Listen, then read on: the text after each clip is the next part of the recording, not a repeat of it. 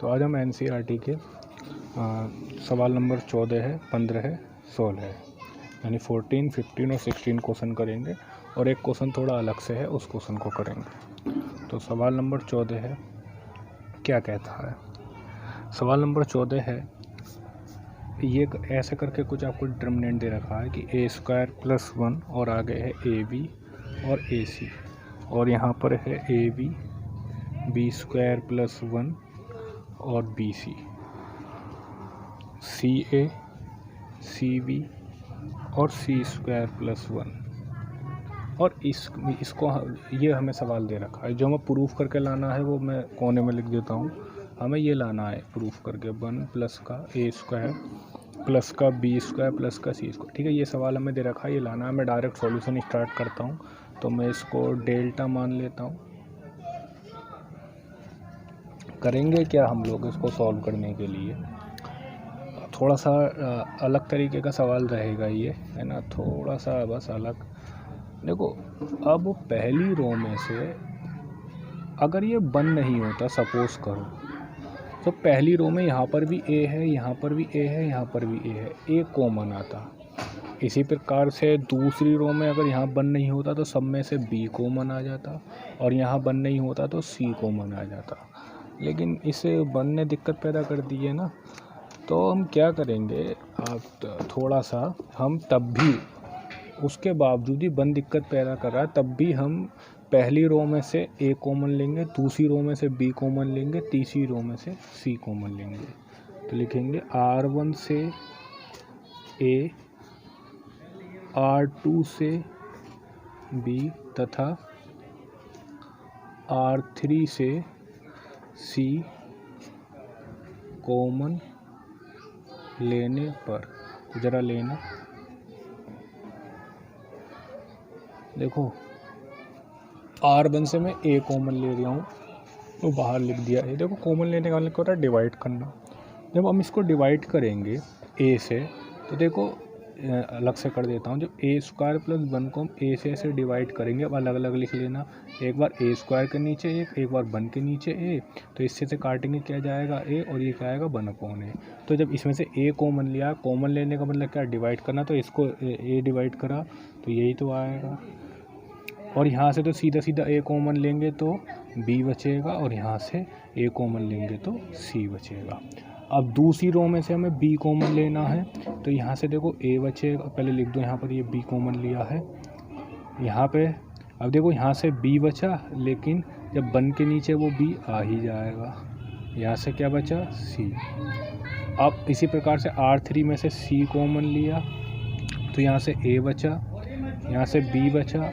अब इतने हिस्से में से तो c बचा, लेकिन जो ये वाला हिस्सा है यहाँ पे क्या आ जाएगा? 1/c। और जिसको दिक्कत है इस चीज़ में, खुद से सॉल्व करके देख लेना कि कैसे कैसे आया है। ठीक, अब इसके बाद जो मुझे दिखाई देता है कि मुझे क्या करना चाहिए, देखो, अगर मैं r1 में से r2 को अगर मैं घटा दूं, तो देखो a से a कट जाएगा, b से b कट जाएगा, c से c कट जाएगा। तो मैं क्या कर रहा हूँ कि r2 को चेंज करो कि r2 में से, नहीं चलो r1 को कर लो चाहे r2 को कर लो, कोई फ़र्क नहीं। मैंने r2 लिख दिया तो r2 को ही चेंज कर रहा हूँ। r2 को चेंज करो कि r2 में से r1 घटा दिया। तो ज़रा करवाओ इस काम को।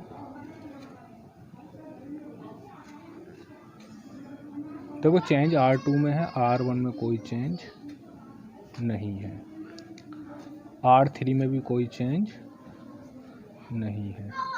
अब r2 में क्या चेंज है कि r2 लिखो, पहले लो लिख दिया r2, और फिर r1 लिखो, लो लिख दिया r1, और फिर घटा दो। घटाने का मतलब चिन्ह बदल दो, ये भी माइनस, ये भी माइनस, ये भी माइनस। a से a कट जाएगा, क्या बचेगा? माइनस का 1/a। यहाँ पे क्या बचेगा? b से b कट गया, क्या बचा? 1/b। और यहाँ पे c से c कट गया, क्या आ गया? 0। तो लिख दो माइनस का 1/a, 1/b और 0। ठीक, अब एक काम करो, यहाँ पे भी कर लो, r3 में भी कर लो ये काम, कि r3 को चेंज कर लो कि r3 में से घटा लो, क्या पहले की तरह r1 ही घटाओ। ठीक है,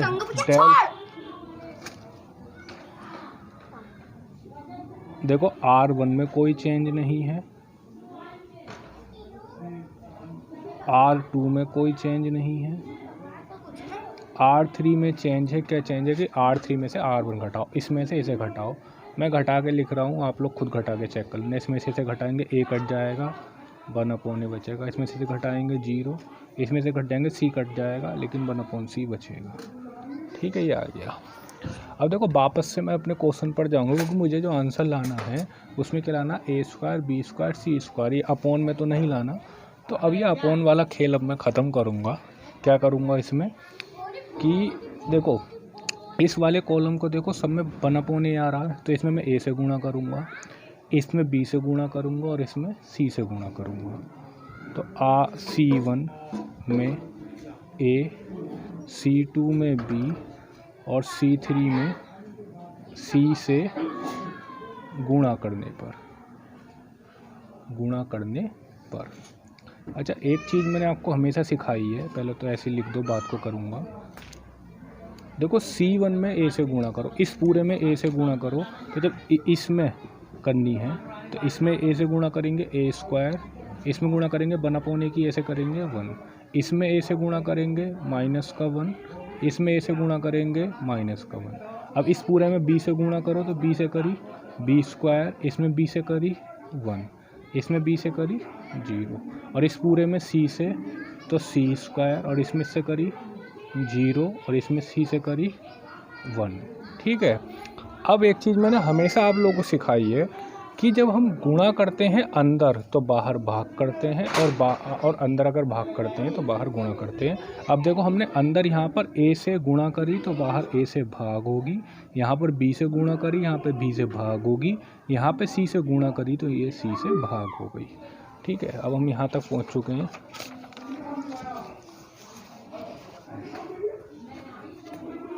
इससे ये पूरा कट गया, तो बाहर तो कुछ नहीं बचा।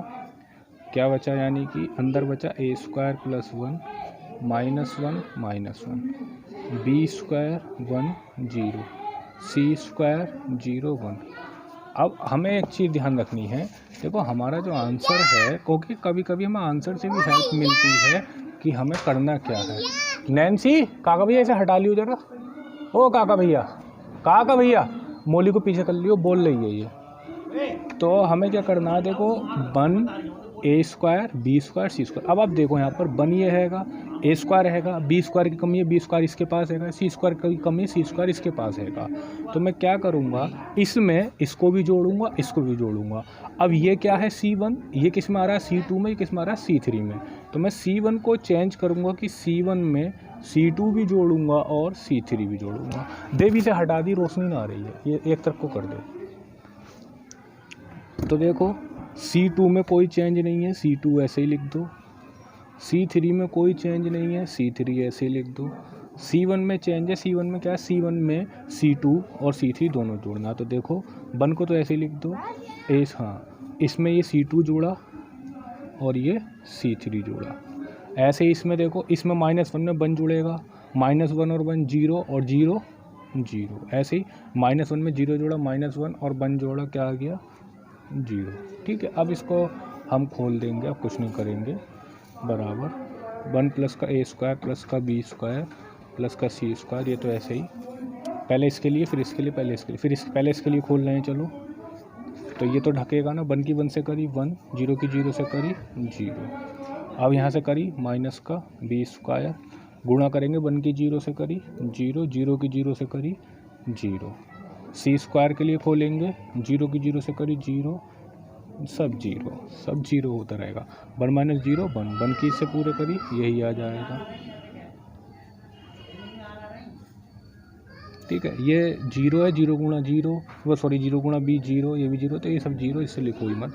तो यही तो हमें लाना था, ये हमारा आंसर आ गया। अब अगला क्वेश्चन ऑब्जेक्टिव है ना, बहुविकल्प है वो क्वेश्चन, लेकिन सिखाता बहुत कुछ है। वो कहता है A जो है आपका 3/3 की कोटि का है। तो A को अपने पास से कुछ मान लो।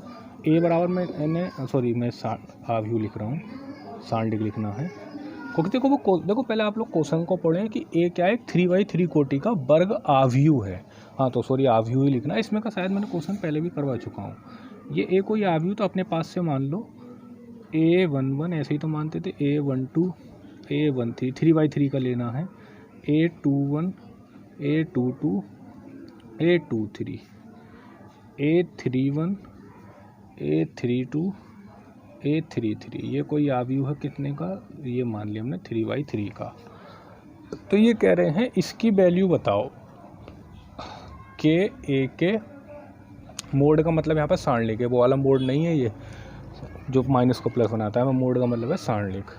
तो वो कह रहे हैं इसकी वैल्यू बताओ के ए की। तो पहले के ए तो निकाल लो। तो के ए कैसे निकलेगा, के लिखा और ए की वैल्यू लिखी। ए की वैल्यू क्या है, A11 A12 A13 A21 A22 A23 A31 A32 A33। ठीक है, देखो एक चीज़ ध्यान रखो, अभी तक ये जो लिखा हुआ है अभी ये आव्यूह है। तो आव्यूह में और सारणिक में गुणा करने का रूल अलग अलग होता है ना। आव्यूह में जो गुणा होती है अंदर जब वो पहुंचता है तो उसकी प्रत्येक से गुणा होती है। तो यहाँ पर जब हम के को अंदर लेकर जाएंगे, है ना,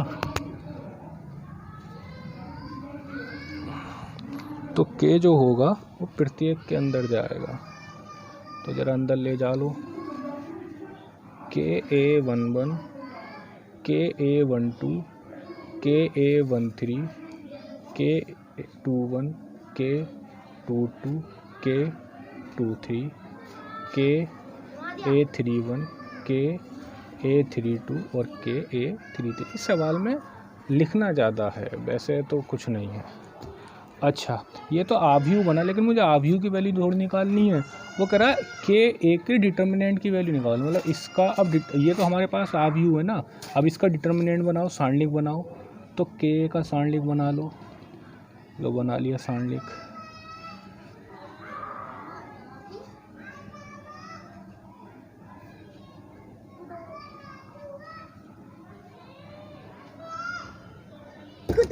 नैन्सी पागल है तू बिल्कुल, तुझे 10 बार समझा चुका हूँ मैं, अब थप्पड़ मार दूंगा तेरे।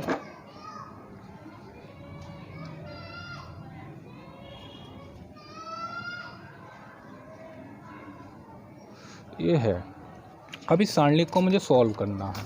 देखो सारणिक को सॉल्व करना है, सिंपल सा फंडा अपनाएंगे। देखो R1 से देखो हमारा पूरे का पूरा के कॉमन आ रहा, R2 से भी के कॉमन आ रहा, R3 से भी कॉमन आ रहा है। तो ज़रा ये कॉमन ले लो, R1 से के कॉमन लिया, R2 से भी के कॉमन लिया और R3 से भी के कॉमन ले लिया। तो देखो R1 में से के कॉमन ले लिया तो यही तो बचेगा। R2 से कॉमन लिया, R3 से कॉमन लिया। अरे ये क्या है, अगर इसे हम ध्यान से देखें, फिलहाल इसे तो लिख दो क्या, के का क्यूब। अब इसे ध्यान से देखो, ये जो सारणिक है ये ए से ही तो बन रहा है। अच्छा मैं एक बात यहीं पे शुरू में ही बता देता, जब ये मैट्रिक्स ए है तो ए का डिटर्मिनेंट यही तो बनेगा, ये लाइन खींच के लिख लेना, ए का डिटर्मिनेंट यही तो बनेगा। डिटर्मिनेंट का मतलब यही तो होता है।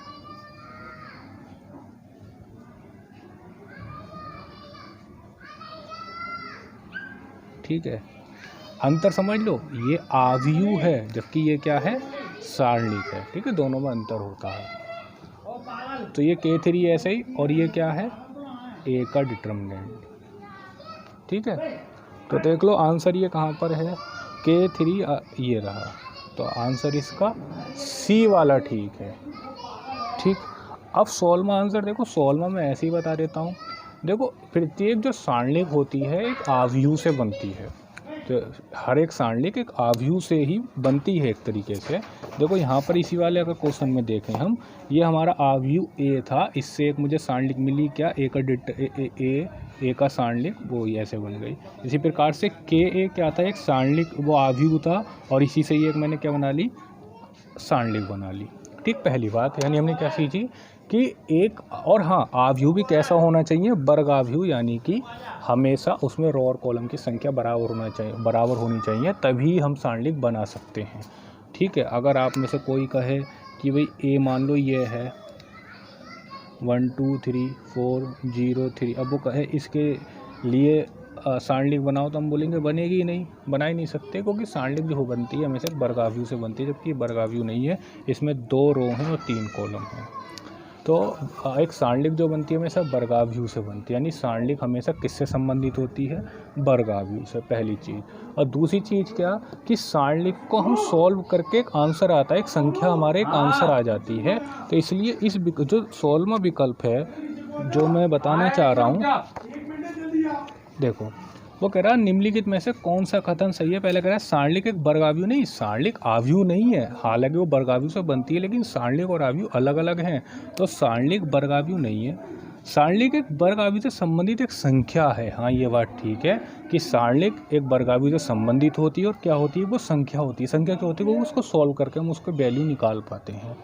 ठीक है, अच्छा यही सही हो गया, बाकी पढ़ने का मतलब ही नहीं होता, लेकिन फिर भी पढ़ लेते हैं। तीसरा क्या करा, सांडलिख एक वर्गाव्यू से संबंध,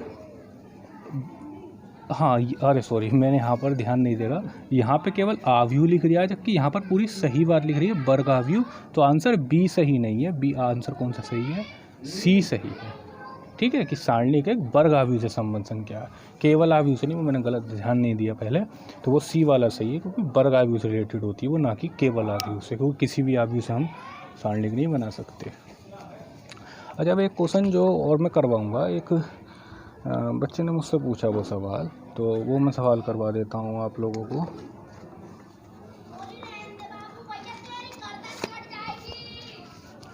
हर्षरूप की बुक आती है, हर्षरूप की बुक का ये सवाल है। अच्छा, आप लोग भी कर लें, बेहतर है, क्योंकि सवाल अच्छा है। सवाल ये था कि हमें उसने दे रखा था कि P A A B Q B C C R, इसकी वैल्यू हमें 0 है, मतलब हमें पहले से ही दे रखी है 0। देखो अंतर समझ लो, जब हमें सिद्ध करना होता है तो हमें उत्तर लाना होता है 0, लेकिन हमें दे रखा है तो इसके बराबर में 0 लेके चलेंगे साथ साथ। तो ये हमें दे रखा है कि यदि इसके बराबर 0, तो हमें सिद्ध करना है, क्या सिद्ध करना था कि P upon P minus A, Q upon Q minus B, R upon R minus, हाँ बोल, एक मिनट नीचे अब 5 मिनट रुक के, वीडियो बीच में से ना काट दूंगा, 5 मिनट का इंतजार कर ले। एक तो बता, महिलाल के लिए काम करने तूने की मम्मी ने की? मैंने कही। अब वो ये कह रही है कि ना मैं महिलाल, आप पहले नीचे को 5 मिनट रुक के भी आ रही हूँ। तो क्वेश्चन ये है कि इसके बराबर हमें 0 दे रखा है, तो हमें इसकी हेल्प से उत्तर लाना है 2, मतलब ये हमें, अरे इसका हम यूज़ करेंगे और इसका यूज़ करके हमें दिखाना है कि इसकी जो वैल्यू होगी वो 2 आएगी। तो पहले उसको हम सॉल्व करेंगे।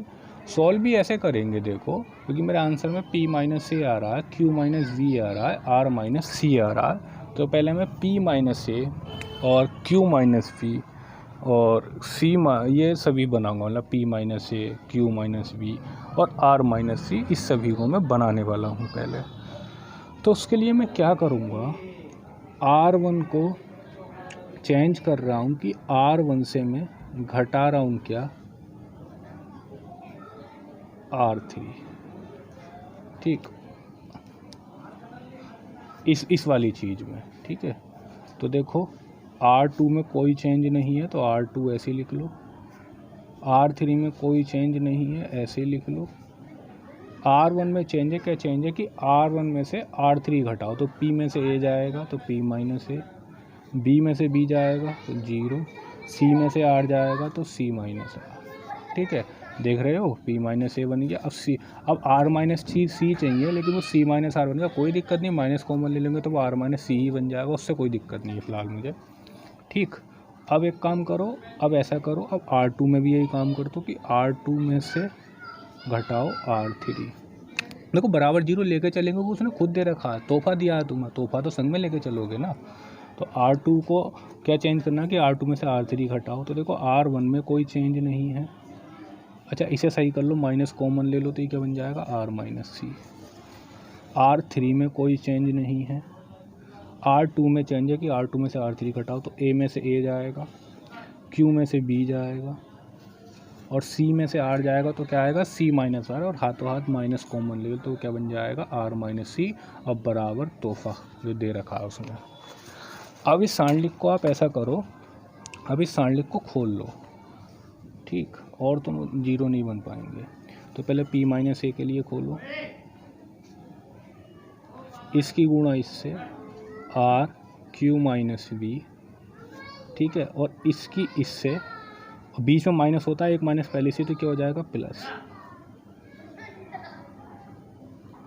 ठीक। जीरो के लिए खोलेंगे नहीं, इसके लिए खोलो, तो माइनस का r माइनस सी, वैसे देखो प्लस होता है ना यहाँ पर, लेकिन यहाँ पर माइनस पहले से ही है।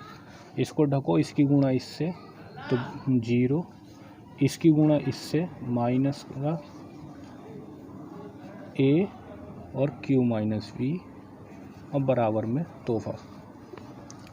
इसके अंदर गुणा कर दो तो r तो ऐसे ही लिख लिया, p minus a q minus we, plus इसकी अब फिर से इधर गुणा करी तो b p माइनस ए और r माइनस सी। ये तो जीरो से तो कोई मतलब ही नहीं, माइनस माइनस प्लस, a को ऐसे लिखा r minus c q minus b बराबर जीरो, ठीक है। अब देखो हम क्या करें अपने सवाल में, हम करें ये काम कि इस पूरे को इससे भाग दे दो, p minus a q minus b और r माइनस सी से भाग देने पर, इस चीज़ से हमने भाग दे दी भाई, तो उससे क्या होगा जरा तो r p minus a q minus b, और भाग हमने किससे दी है कि p minus a q minus b और r माइनस सी। ऐसे यहाँ पर ये तो ऐसे लिखा कि b p minus a r minus c, और भाग किससे दी कि p minus a q minus v r minus c. अब ये ऐसे लिखा,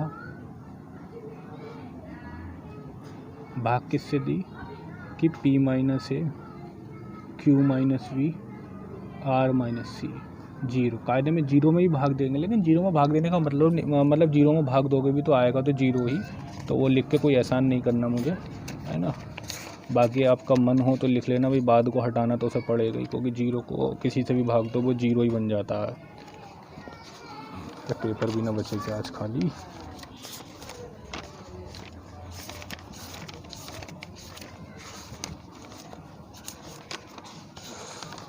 एक ही चाहिए था, वो मिल गया।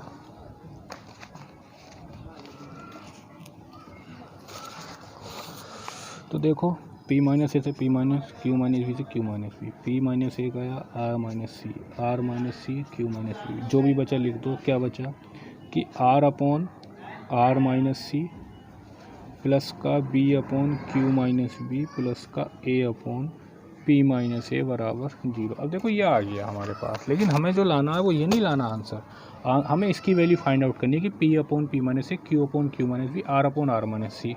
लेकिन हमारा यहाँ पर देखो ये b आया है और ये r आया है, जबकि ऊपर आंसर में क्या है q और r है, तो अभी हमारा आंसर नहीं आया है। तो इसका अब हम यूज़ करेंगे। अब हम जो हमें सॉल्व करना है कि इसकी वैल्यू बराबर लाओ दो के, तो इसको सॉल्व कर लेते हैं, हम लिख लेते हैं LHS, हम इसका यूज़ करेंगे, इसको फर्स्ट मान लो। LHS लिख लो, क्या है कि p upon p minus a plus का q upon q minus we plus का r upon r minus c. ठीक है, ये मैंने कर लिया। अच्छा भाई, अब इसकी वैल्यू में लानी क्या है, दो लानी है। देखो मैं करूँगा क्या, आप लोग ध्यान से देखना। इसको p upon p minus a को ऐसे ही लिखूँगा, q upon q minus b को भी ऐसे लिखूँगा, लेकिन ये जो है r upon r minus c, इसकी वैल्यू यहाँ से निकाल लूँगा। अच्छा, मुझे यहीं पे निकाल देनी थी, ये यहाँ पे लिख देना था। ठीक है, देखो r upon r minus c की अगर वैल्यू निकाल लूँ, बाकी को उधर ले जाओ, क्या हो गया माइनस का b upon q minus b, और इसे लेकर माइनस का a upon p minus a. अच्छा, इसको फर्स्ट इसको न कहकर इसका कह लो। ये जो मान निकाला हमने r upon r minus c का, वो यहाँ पर रख दो। तो r upon r minus c की जगह ये लिख दो, क्या है कि b upon q minus we minus का a upon p minus a. अब देखो p माइनस ए को p माइनस ए के साथ ले लो, q माइनस वी को q माइनस वी के साथ, तो p upon p minus a minus का a upon p minus a.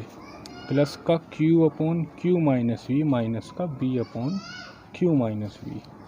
अब देखो एलसीएम इसका लोगे तो पी माइनस ए ही आएगा, इसका क्यू माइनस बी ही आएगा।